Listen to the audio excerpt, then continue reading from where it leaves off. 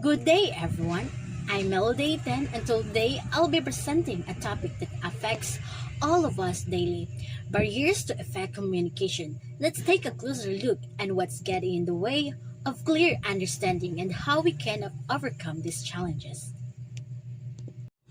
Communication is essential part of everyday life, whether we're speaking with friends, family, coworkers, or classmates. But sometimes, despite our best efforts, misunderstandings happen that often because of barriers that block or distort our messages.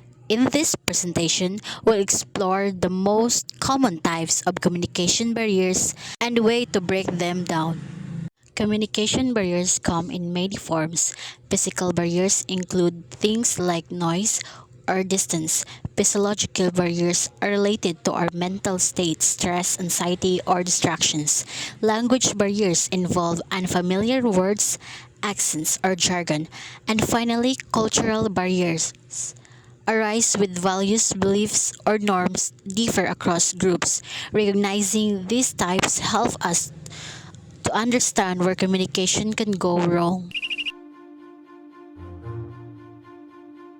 Mr. President, Condoleezza Rice is here to see you. Good, send her in. Yes, sir.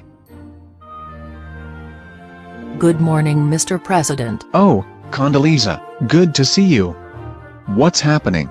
Well, Mr. President, I have the report here about the new leader in China. That's great, Condi. Let's hear it. Mr. President, who is the new leader of China? Well, that's what I want to know. But that's what I'm telling you, Mr. President. Well, that's what I'm asking you, Condi.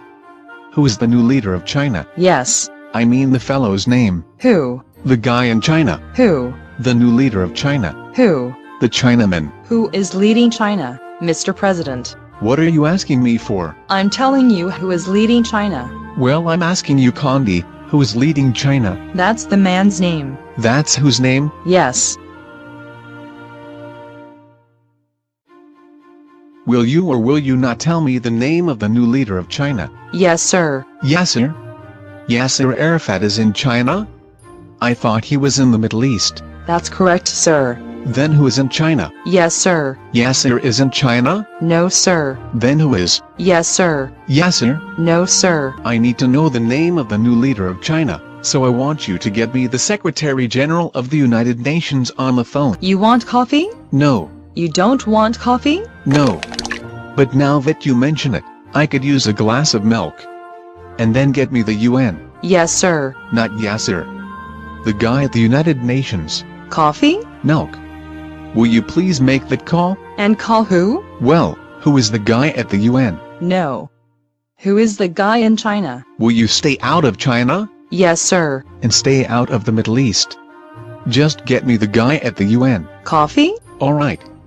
With cream and 2 sugars. Now get on the phone. Hello. Rice here. Rice? Good idea. And get a couple of egg rolls too, Condi.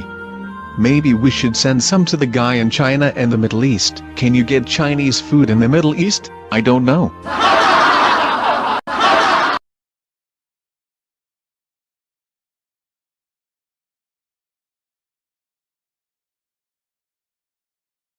Physical and psychological barriers. Imagine trying to have a serious conversation in a noisy room or during a poor internet connection. That's a physical barrier.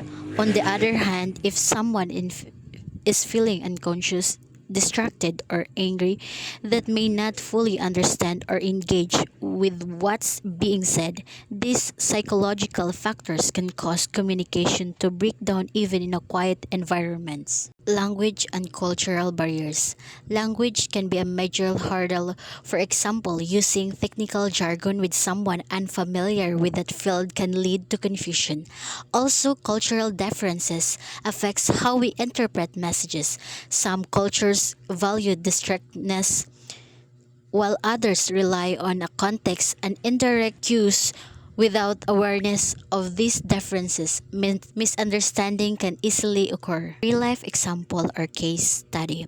Let's say a manager tells a new intern to take initiative but to in turn comes from a culture where that might be seen as disrespecting authority without clear expectation and explanation, this could lead to confusion or even conflict. Real life examples like this remind us of how important it is to communicate clearly and consider the perspective of others. Overcoming communication barriers. The good news is we can overcome these barriers. Start with active listening, giving your full attention and showing your understand.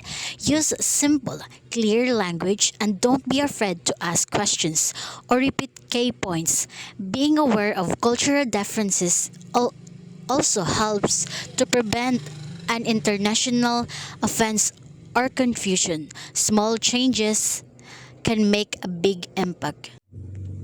Conclusion. To wrap up, communication barriers are common, but they're not impossible to overcome. With awareness, patience, and good habits, we can improve our ability to connect with others. Strong communication builds better relation, improves teamwork, and reduces conflict. Thank you for listening.